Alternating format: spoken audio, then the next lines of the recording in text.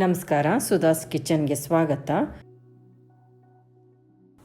ಈಗ ನಾವು ಮೆಂತ್ಯ ದೋಸೆಗೆ ಅಕ್ಕಿ ನೆನೆಸ್ಕೊಂಡಿರೋದು ಅಳತೆ ನೋಡೋಣ. ಈಗ ನಾನಿಲ್ಲಿ ಉದ್ದಿನಬೇಳೆ ಈ ಸ್ಪೂನಲ್ಲಿ, ದೊಡ್ಡ ಸ್ಪೂನಲ್ಲಿ 1 ಸ್ಪೂನ್ ಉದ್ದಿನಬೇಳೆ ತೊಗೊಂಡಿದ್ದೀನಿ.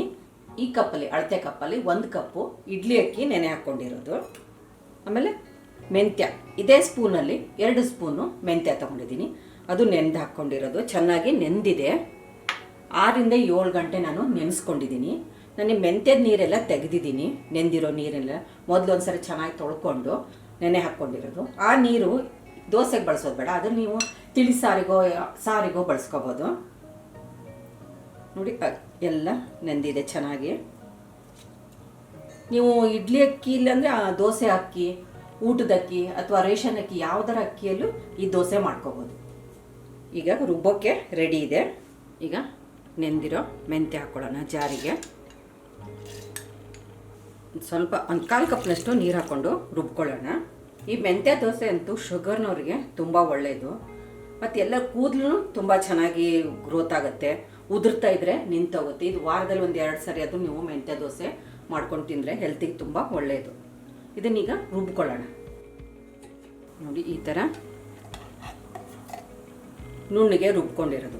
ಅಕ್ಕಿ ಜೊತೆಗೆ ರುಬ್ಬೋಕ್ಕೋದ್ರೆ ಮೆಂತ್ಯ ನುಣ್ಣಗಾಗಲ್ಲ, ನಿಮಗೆ ದೋಸೆ ಸರಿ ಬರಲ್ಲ.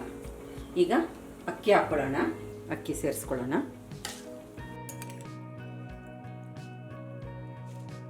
ಈ ಥರ ನೀವು ಮೊದಲೇ ರುಬ್ಕೊಳ್ಳೋದ್ರಿಂದ ಹುದುಗು ಚೆನ್ನಾಗಿ ಬರುತ್ತೆ, ದೋಸೆನೂ ಮೃದುವಾಗಿ ಚೆನ್ನಾಗಿ ಬರ್ತವೆ.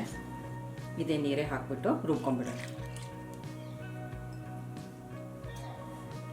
ನುಣ್ಣಗೆ ರುಬ್ಕೊಳ್ಳೋಣ. ನೋಡಿ ನುಣ್ಣಗೆ ರುಬ್ಕೊಂಡಿರೋದು. ಇದರಲ್ಲಿ ಮೆಂತ್ಯ ಅದು ಹಾಕಿರೋದೇ ಗೊತ್ತಾಗಲ್ಲ, ಅಷ್ಟು ನೈಸಾಗಿ ರುಬ್ಕೋಬೇಕು. ರುಬ್ಬಿರೋ ಹಿಟ್ಟು ಬೋಲಿಗೆ ತಕ್ಕೊಳ್ಳೋಣ.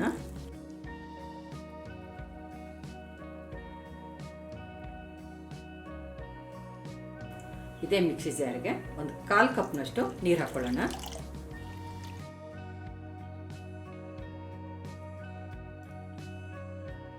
ರುಚಿಗೆ ತಕ್ಕಷ್ಟು ಉಪ್ಪು ಸೇರಿಸ್ಕೊಳ್ಳೋಣ. ಇಲ್ಲಿ ನಾನು ದಪ್ಪ ಉಪ್ಪು ಸೇರಿಸ್ಕೊತಾ ಇದ್ದೀನಿ.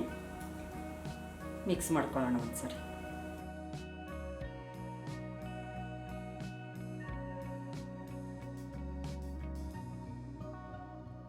ಈ ದೋಸೆ ಕಹಿ ಆಗೋದೇ ಇಲ್ಲ, ತುಂಬ ಚೆನ್ನಾಗಿ ಬರುತ್ತೆ. ನೀವು ಈ ದೋಸೆನ ಇದರಿಂದ 7 ರಿಂದ 8 ಗಂಟೆ ನೆನೆಯೋಕೆ ಬಿಡೋಣ. ಹಿಟ್ಟು 8 ಗಂಟೆ ನೆನೆಯೋಕೆ ಬಿಟ್ಟಿತ್ತು, ನೋಡೋಣ. ನೋಡಿ ಉದುಗು ಎಷ್ಟು ಚೆನ್ನಾಗಿ ಉದುಗು ಬಂದಿದೆ. ಮಿಕ್ಸ್ ಮಾಡ್ಕೊಳ್ಳೋಣ.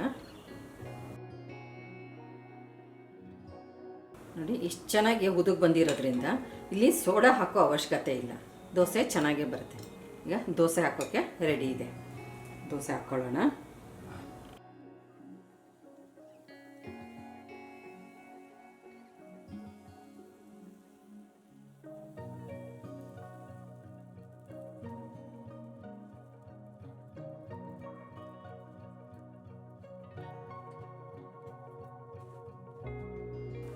ಸ್ವಲ್ಪ ತುಪ್ಪ ಹಾಕ್ಕೊಳ್ಳೋಣ.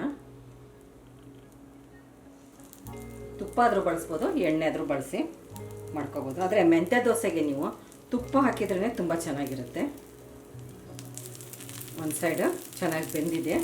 ಈಗ ತಿರುಗಿಸಿ ಹಾಕ್ಕೊಳ್ಳೋಣ. ಎರಡು ಕಡೆಗೂ ಚೆನ್ನಾಗಿ ಬೆಂದಿದೆ, ತೆಕ್ಕೊಳ್ಳೋಣ. ನಮ್ಮ ಚಾನಲ್ಗೆ ಸಬ್ಸ್ಕ್ರೈಬ್ ಮಾಡಿ, ಬೆಲ್ ಐಕಾನ್ ಒತ್ತಿ ಹಾಗೂ ವಿಡಿಯೋಸ್ನ ಲೈಕ್, ಶೇರ್ ಮತ್ತು ಕಾಮೆಂಟ್ ಮಾಡಿ.